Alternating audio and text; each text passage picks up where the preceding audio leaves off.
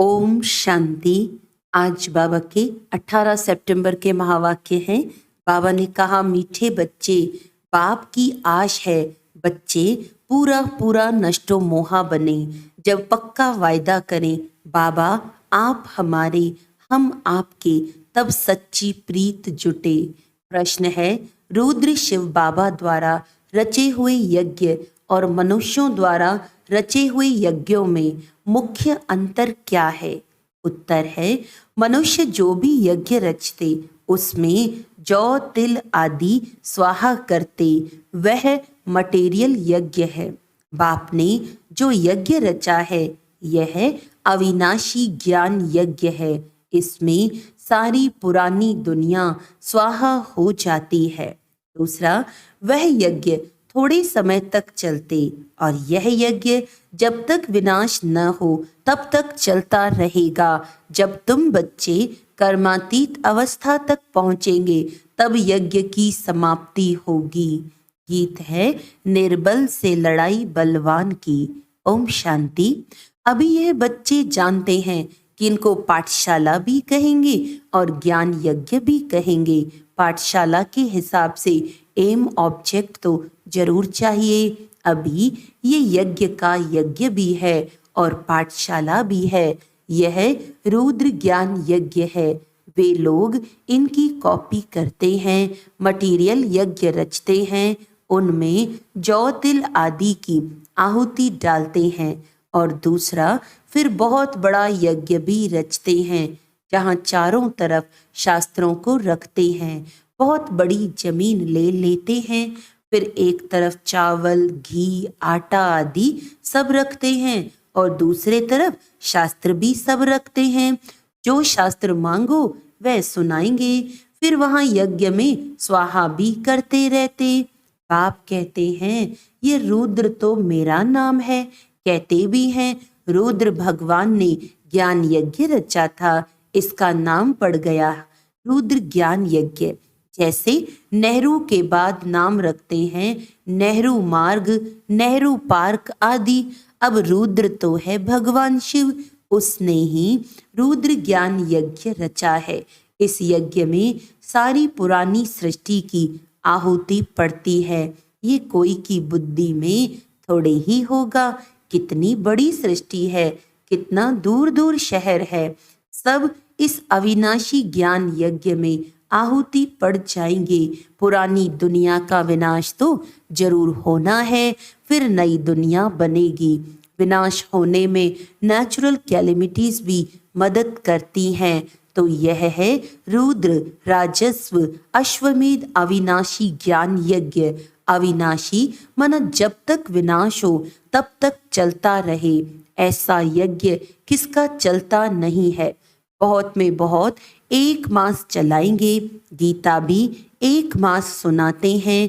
अब बाप समझाते हैं, मैंने ये ज्ञान यज्ञ रचा है।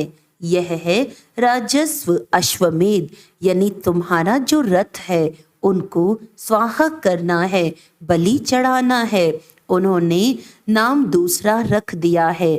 दक्ष प्रजापति का यज्ञ दिखाते हैं, उसमें घोड़े को जलाते हैं। बड़ी कहानी है। बाप समझाते हैं, ये है मेरा अविनाशी ज्ञान यज्ञ। अविनाशी द्वारा अविनाशी यज्ञ ऐसे नहीं कि सदैव चलता रहेगा। जब सारी दुनिया के स्वाहा होने का समय आए तब तक यह यज्ञ चलना है, क्योंकि बाप है ज्ञान का सागर। भक्ति के तो ढेर शास्त्र हैं, ज्ञान का सागर बाप है तो जरूर उनके पास नया ज्ञान होगा। बाप अपना पूरा परिचय देते हैं और फिर सृष्टि चक्र कैसे फिरता है यह भी समझाते हैं, जिससे आत्मा त्रिकालदर्शी बनती है। त्रिकालदर्शी पने का ज्ञान और कोई दे न सके। एक तो ज्ञान को धारण करना है, दूसरा तुम बच्चों को योग बल से विकर्माजीत बनना है। जन्म जन्मांतर के पापों का बोझा जो सिर पर है वह जलने में टाइम लगता है। कितने वर्ष हुए हैं तो भी कर्मातीत नहीं हुए हैं, कर्मातीत अवस्था जब आती है तब यज्ञ भी समाप्त होता है। ये बहुत बड़ा भारी यज्ञ है। आसार भी देखते हो, तैयारियां हो रही हैं। आगे चलकर तुम देखेंगे नेचुरल कैलेमिटीज की भी तैयारी हो रही है।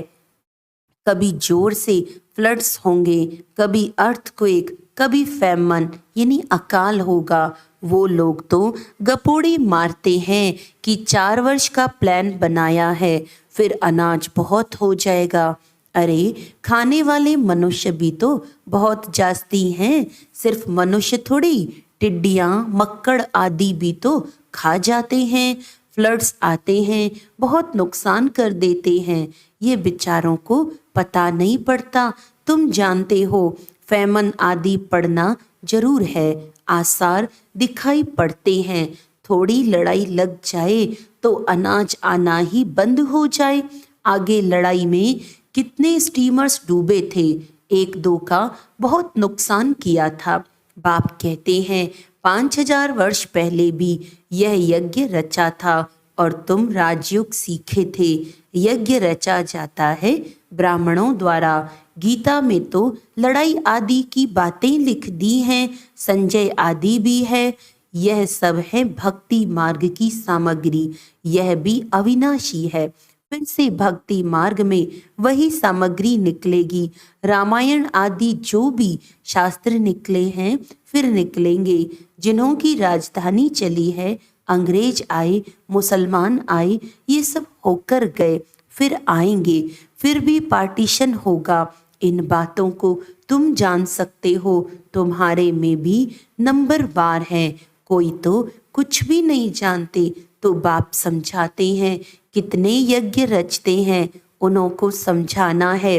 वास्तव में है अश्वमेध अविनाशी रुद्र ज्ञान यज्ञ, जो रुद्र शिव भगवान ने ही रचा था, श्री कृष्ण ने नहीं रचा। श्री कृष्ण का वही चित्र तो सतयुग में मिलेगा, फिर कभी मिल ना सके, क्योंकि वह नाम रूप देश काल तो सब बदलता जाता है। ऐसे तो हो नहीं सकता कि श्री कृष्ण पहले आकर अपने को पतित पावन कहलाए। पतित पावन एक ही परमात्मा है। ऐसे नहीं कि तुम कहेंगे पहले से ही क्यों नहीं रूप दिखाया। नहीं, ऐसे थोड़े ही कि सब पहले से ही बता देंगे। तुम कहेंगे पहले से ये ज्ञान क्यों नहीं देते थे, एक ही रोज में क्यों नहीं ज्ञान देते। परंतु नहीं, ये तो ज्ञान सागर है, सो जरूर आहिस्ते आहिस्ते सुनाते रहेंगे। ऐसे थोड़ी कि सब एक ही टाइम पढ़ लेंगे, नंबरवार पढ़ेंगे और पढ़ाई में टाइम लगता है। इसका नाम ही है अविनाशी रुद्र ज्ञान यज्ञ। अब यह तो कहाँ भी लिखा हुआ नहीं है, शास्त्रों में निमित्त मात्र सिर्फ अक्षर हैं। भारत का प्राचीन सहज राजयोग।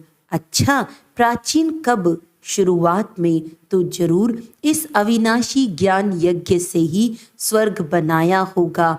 बाप कहते हैं मैं आता हूँ कल्प कल्प संगम युगे। उन्होंने भूल कर दी है, टाइम भी बदल दिया है।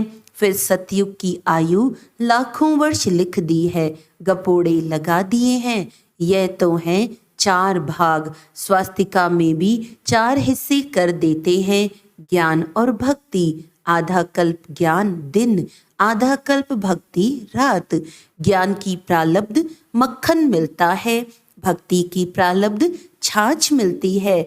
गिरते गिरते एकदम खत्म हो जाते हैं। नई दुनिया को फिर पुराना जरूर बनना है। कलाएं कम होती जाती हैं, इसीलिए अब इनको भ्रष्टाचारी विशेष कहा जाता है।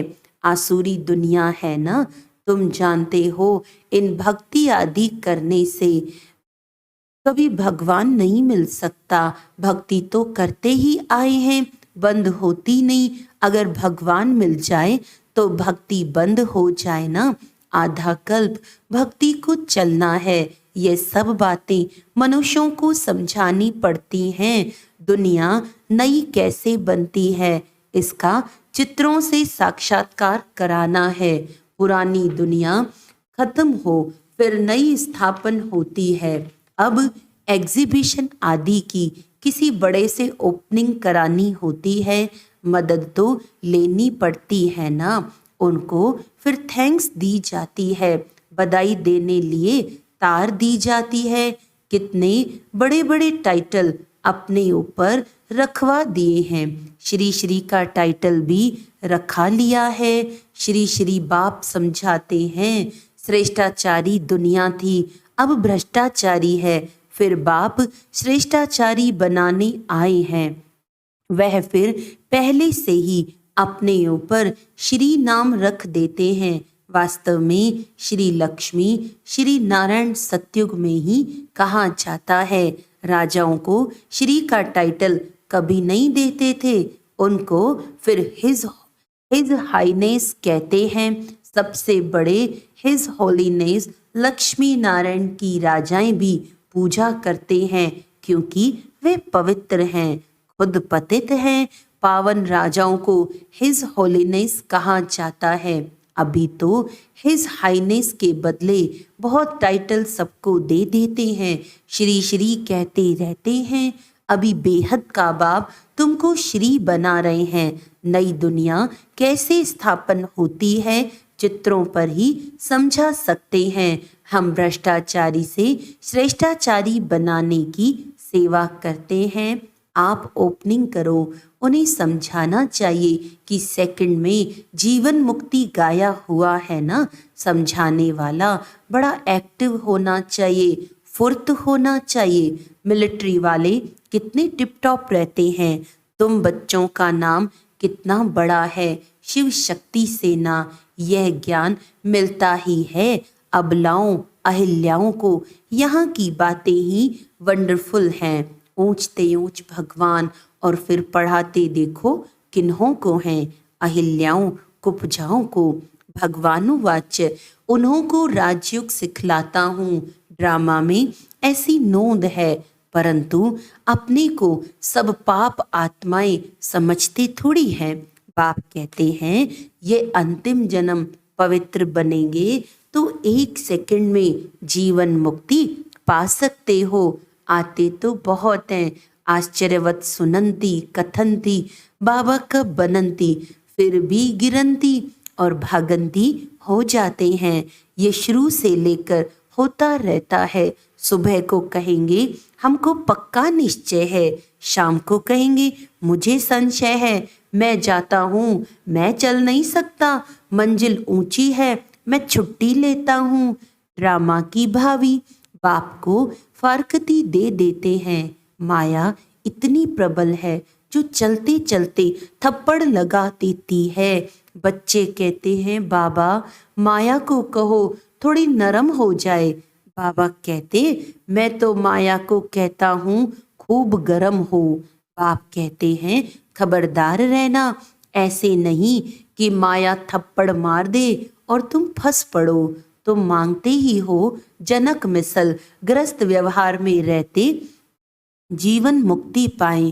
बाप कहते हैं एक जन्म पवित्र रहो तो तुम स्वर्ग के मालिक बनेंगे। मनुष्यों की जहर से यानी विकारों से कितनी दिल है, चलते चलते गिर पड़ते हैं। हम शादी करना नहीं चाहते तो गवर्नमेंट कुछ नहीं कर सकती है। समझा सकते हैं कि हम पतित बने ही क्यों, जो पुजारी बन सबके आगे सिर झुकाना पड़े। मैं कुमारी हूँ तो सब मेरे आगे सिर झुकाते हैं, तो हम क्यों न पूज्य रहे। बेहद का बाप कहते हैं कि पवित्र पूज्य बनो। एक ही राजयोग का इम्तिहान है, कितने चढ़ते और गिरते हैं, हर एक अपना अपना पार्ट बजाता है। रिजल्ट फिर भी वही रहेगी जो कल्प पहले हुई होगी। ये ड्रामा है, हम एक्टर्स हैं। पूरा नष्टो मोहा बने तब बाप से पूरी प्रीत जुटे। बाबा बस हम तो आपको ही याद करेंगे, आपसे वर्षा लेकर ही छोड़ेंगे। ऐसी प्रतिज्ञा करनी पड़े तब ही स्त्री पुरुष दोनों पवित्र बन स्वर्ग धाम जा सके, दोनों ही ज्ञान चिता पर बैठ जाएंगे। ऐसे बहुत जोड़े बनेंगे, फिर जल्दी जल्दी झाड़ बढ़ना शुरू हो जाएगा। अच्छा, मीठे मीठे सिकिलदे बच्चों प्रति माता पिता बाप दादा का याद प्यार और गुड मॉर्निंग। रूहानी बाप की रूहानी बच्चों को नमस्ते। हम रूहानी बच्चों की रूहानी बाप दादा को याद प्यार गुड मॉर्निंग, नमस्ते नमस्ते नमस्ते जी। धारणा के लिए मुख्य सार है, इस अविनाशी ज्ञान यज्ञ में अपने इस रथ सहित सब कुछ स्वाहा करना है। सर्विस के लिए बहुत बहुत चुस्त और फुर्त बनना है। माया कितनी भी गर्म हो, सावधान रह, उसके थप्पड़ से स्वयं को बचाना है, घबराना नहीं है। वरदान है, दया भाव को धारण कर सर्व की समस्याओं को समाप्त करने वाले मास्टर दाता भव। जिन आत्माओं के भी संपर्क में आते हो, चाहे कोई कैसे भी संस्कार वाला हो, अपोजिशन करने वाला हो, स्वभाव के टक्कर खाने वाला हो, क्रोधी हो, कितना भी विरोधी हो, आपकी दया भावना उसके अनेक जन्मों के कड़े हिसाब किताब को सेकंड में समाप्त कर देगी। आप सिर्फ अपने अनादि आदि दातापन के संस्कारों को इमर्ज कर दया भाव को धारण कर लो तो ब्राह्मण परिवार की सर्व समस्याएं समाप्त हो जाएंगी। स्लोगन है, अपने रहमदिल स्वरूप व दृष्टि से हर आत्मा को परिवर्तन करना ही पुण्य आत्मा बनना है। अच्छा, आज का व्यक्त इशारा है, अपने संकल्पों के तूफान व कोई भी संबंध द्वारा प्रकृति व समस्याओं द्वारा तूफान व विघ्न आते हैं तो उनसे मुक्ति पाने के लिए योग युक्त युक्ति युक्त बनो। जब तक योग युक्त नहीं तब तक विघ्नों से युक्त हो। योग युक्त आत्माएं तूफान को भी तोहफा बना देती हैं। अच्छा, ओम शांति।